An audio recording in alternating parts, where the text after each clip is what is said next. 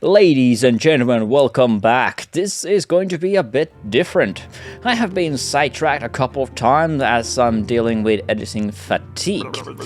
First, I started playing Graveyard Keeper.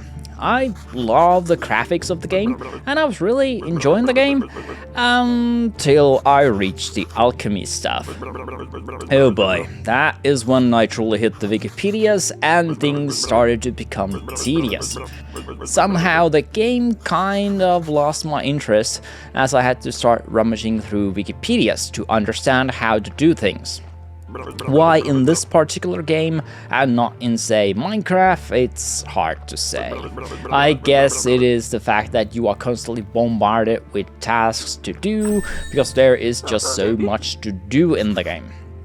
But in the end, those jobs take time to perform, and I just feel that I'm doing chores while playing the game. The game becomes a job simulator, and while you can get some helps later on in the game, playing still feels like a chore, and the game really doesn't respect my time, which I have very little of these days. I think the last 10 hours of playing has been me just forcing myself to play the game, as I do want to finish it, but I am stubborn, however. When I bought the game, I did consider doing a stream or a let's play video, but afterwards, I realized that the game is very much the same on every playthrough. The only random stuff that happens is when new corpses arrive and what their condition is. That is the only randomizing factor in the game, as far as I know. So the playthrough is gonna be similar no matter what. And I don't want to go through the game and show everything that the game has to offer. If someone wants to play the game, then go for it, but personally, I see very little replay value on this game. I have not done reviews on my channel, and I don't consider this to be one, but let me know if you would like to see those. Maybe I'm gonna start doing them at some point. Another side venture was when I visited my parents and I found my old Lego box. Now, it will be a couple of years before I can allow my toddler to play with them, but I started going through the box and sorting them out. That has been surprisingly fun. I have always had my Legos in a huge box, and going through them kinda raised my interest to them once more. I gotta admit that I also was interested by Legos by watching Lego Masters Finland in the couple of years it's been going on. And now I kind of feel like I want to go and start collecting and building once more. So, yay, good for that show, and good for my parents for keeping the old Legos still in the house. I also decided to see what communities there are and what sites can help me find Lego sets and list my collection.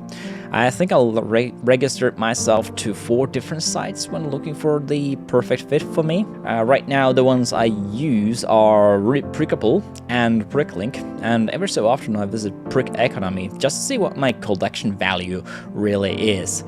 It is kind of hard to find a good site that has all the features that I would like.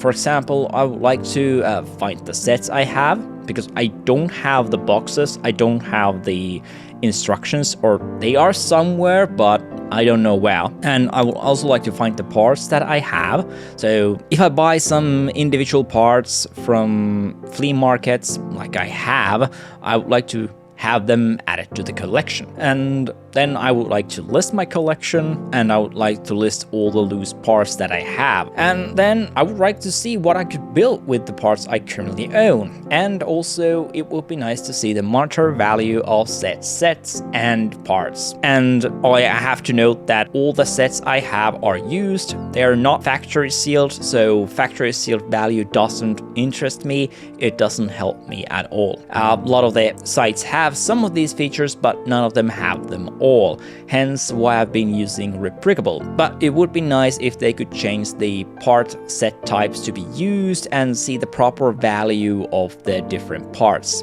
That's my only beef with that site, honestly. Of course, it doesn't really matter in the long run. I think Legos are meant to be used and played with, not to be stored in warehouses waiting for them to increase in value.